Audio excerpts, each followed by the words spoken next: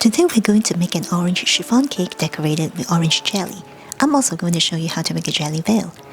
This cake looks very impressive, but it's also very easy to make. We'll start by making the orange jelly. I'm making two different types of jelly, one with orange juice and one without. To determine how much liquid I need to make all my jelly, I will pour water into the containers that I'm going to use and see how much liquid is needed for each. There are 3 jelly components for this cake, so I have 3 dishes here. The round plate is for the jelly veil. The cake is 6 inches. The best veil diameter is 9 inches.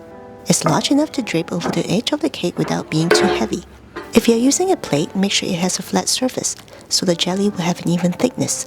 If not, you can use a pan and just cut a round-shaped jelly once it's set. My rectangular glass container size is 4.5 inches by 6.5 inches. This will have 2 components. Each part will take 1.5 cup of liquid. The round glass container size is 5.5 inches in diameter. Looks like half a cup will give me the thickness I want. The veil is very thin, like 2 mm. All I need is to have enough water to cover the surface. This will need 3/4 cup. This means for the orange juice jelly, I need a total of 2 cups of liquid. For the clear jelly, I need 2.25 cup. The ratio of agar-agar powder to liquid is 1.5 teaspoon for every 2 cups. 2.25 cup is hard to work with, so I'll make it 2.5 cups. I will just pour a little more to the rectangular container. This may seem a little complicated. I want to show you how to measure this so that you can use any size of container or pan you have at home.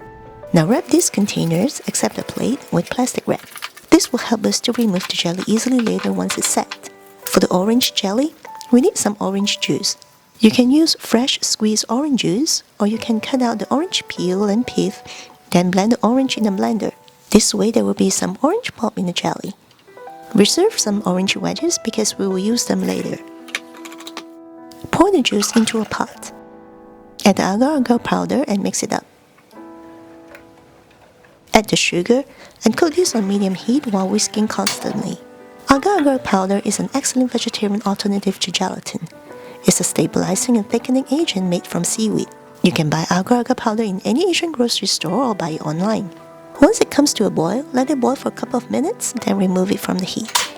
You can taste this now and see if it's sweet enough for you. If not, you can add more sugar and cook it a little longer until the sugar is dissolved. Skim away the foam if there's any.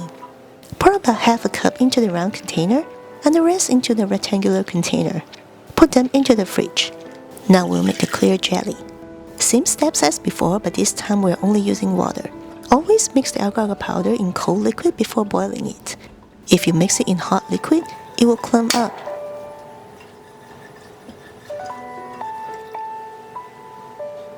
This is good.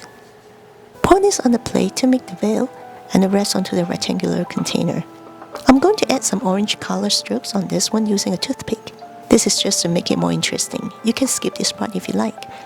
Now take the rectangular container out from the fridge. If the top layer is already firm, then it's good for us to pour another layer onto it. If not, give it a little bit more time in the fridge. Add some orange pieces into this one. Put them in the fridge to set. It will take a couple of hours. Now we'll make the cake. First, mix the oil and flour. Stir until all well combined. First, combining the oil and flour is simple and won't develop gluten. You can stir it any way you want and you don't have to sieve the flour neither. Now add the milk, egg yolks, orange juice and orange zest. Stir until all well combined. Now let's whip the egg whites. Add cream of tartar to the egg whites and beat on high speed. Cream of tartar can stabilize to meringue. If you don't have it, you can add a small teaspoon of lemon juice or vinegar instead. When you see big bubbles forming, add 1/3 of the sugar. Continue to beat on high speed. When the foam becomes finer and silkier, you can add another 1/3 of the sugar. Continue to beat on high speed. The foam will continue to get silkier, and the whites will be starting to hold the trail of the whisk. At this point, you can add the remaining sugar and beat on medium-high speed. Continue beating until you see some stiff peaks. After lifting the whisk, the meringue is stable and firm and the peak will not drip. Scoop about 1/3 of the egg whites to the batter and fold it in gently. This is to lighten the batter initially and prepare it for the rest of the egg whites. Once it's mixed well, change to a spatula and pour into the egg whites. Continue to fold gently until it's all combined. Repeat this movement until the batter is homogeneous. Don't overdo it. Transfer the batter into the pan immediately. Shake it, tap it a couple of times to get out the big bubbles, and draw a few circles with a toothpick to flatten the surface. Place this in the preheated oven and bake at 300 degrees for 50 minutes. Personally, I prefer to bake it at 300 degrees for 40 minutes, then increase the temperature to 320 degrees for 5 minutes. This is after a few testings with my oven, as oven temperature varies. If I just bake it at 300 degrees for 50 minutes, even though it's perfectly baked, the top of the cake will be a bit sticky after it's cool. So if you have the same problem, you can do the same switch. Once it's out of the oven, tap it on the table once, then cool it upside down. It will take 2 to 3 hours to cool completely.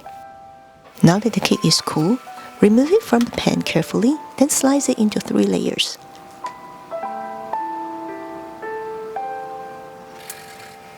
Remember to flatten the top as well. Let's make some whipped cream frosting. Combine the heavy whipping cream and powdered sugar in a chill mixing bowl.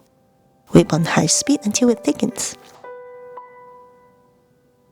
This is good. Let's start decorating. Apply a little bit of cream at the bottom to secure the cake to the cake board. Apply a thin layer of cream, then place the orange jelly on it.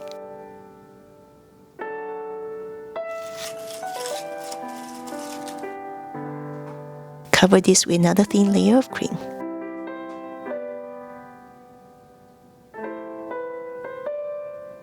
For the second layer, I'm going to put some small pieces of orange in there. You can skip this one if you like and just have the cream.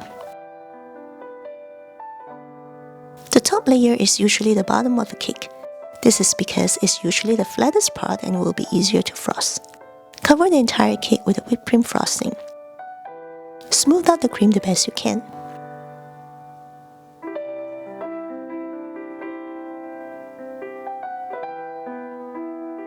Now I'm going to place the veil on top. This is slightly bigger than what I want, so I'm going to trim this a little bit. Carefully transfer this onto the top of the cake.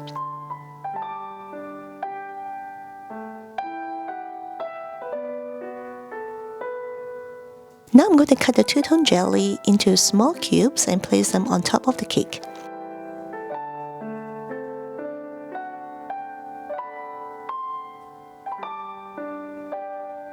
As you can see, I have more than enough jelly for garnish, so you could cut the recipe in half if you have a smaller container to use.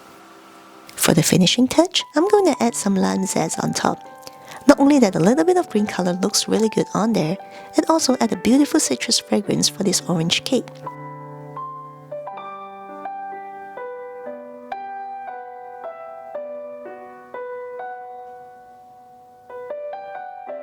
If you're curious about how long the veil will hold, here's the result. This is what it looks like on the second day. It flushed against the cake a little more than the first day. That's about it. Everything else looked pretty much the same. This is the third day. The edge rolled up slightly, and I see some tiny little lines on it, but it's still firm and holding together. So if you want to make this ahead of time, you certainly could. And this is now completed. Thanks so much for watching.